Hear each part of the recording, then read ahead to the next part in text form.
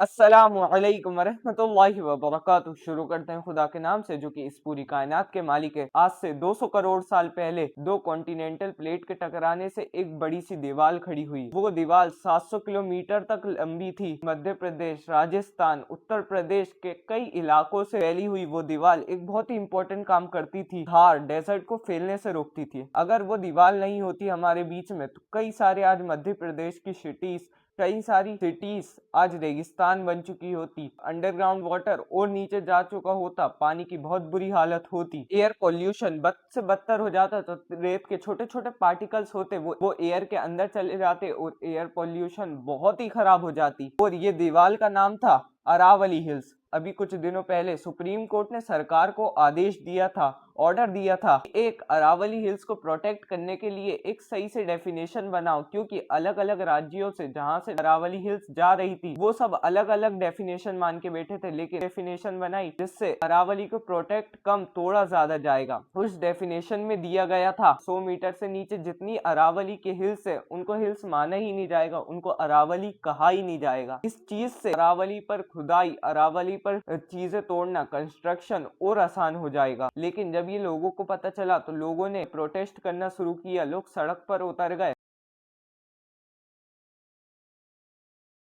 हरियाणा, मध्य प्रदेश के कई सारे लोग, राजस्थान के कई सारे लोग रोड पर उतर गए और प्रोटेस्ट करने लगे। हमारे मन में एक सवाल आता है, 100 मीटर तो हिल्स के लिए ज्यादा कोई बड़ी बात है नहीं, क्योंकि ज्यादातर तो नहीं लेकिन बहुत सारी हिल्स 100 मीटर के ऊपर होती है। लाइक अरावली हिल्स को देखा जाए तो 1048 हिल्स 100 मीटर के ऊपर है। अभी जो नई डेफिनेशन आई है उसमें हिल्स को सी लेवल से नापा ही नहीं जा रहा है। मैं आपको एक एग्जांपल देता हूँ। अरावली हिल्स का एक पार्ट 190 मीटर का है सी लेवल से, लेकिन जहां से उसको नापा जा रहा है, जहां से उसको मीटर्स में नापा जा रहा है, वहां पर वो निकलता है 90 मीटर। क्यों? क्योंकि सी लेवल से जमीन ऊपर थी 100 मीटर और उसके ऊपर से नापा गया, तो उसको अरावली हिल्स नहीं माना जाएगा। लेकिन ये कितनी गलत बात है। 190 मीटर कितना ज्यादा होता है। उस हिल्स पर कंस्ट्रक्शन होगा, उस हिल्स पे माइनिंग हो सकेगी, लेकिन हम ये सब नहीं भूल सकते। ये हिल्स हमारे लिए कितनी हेल्पफुल है। अगर आज भी ये टूटी तो ये कितना नुकसान पहुंचा सकती है, क्योंकि इतने सालों से थार डेजर्ट को बढ़ने से कौन रोक रहा था? इमेजिन करो अगर थार डेजर्ट बढ़ जाता, कई सारी सिटीज थार डेजर्ट के घेरे में आ जाती, थार डेजर्ट और बढ़ता ही जाता। लेकिन ये अरावली हिल्स ने उसे रोक रखा है। ये नेचर की खूबसूरती थी जो अल्लाह ने हमें अता फरमाई थी। हमारे लिए ये नेमत बहुत बड़ी है और हम इसी नेमत को आज वेस्ट कर रहे हैं। आज हम इसी नेमत का यूज कर रहे हैं और इनको तोड़ रहे हैं। बहुत लोग ये सोचते हैं कि इस्लाम में नेचर के बारे में कुछ नहीं दिया जाता, लेकिन इस्लाम में नेचर का बहुत ख्याल रखा जाता है, क्योंकि अल्लाह की नेमतों का बहुत ख्याल रखा जाता है।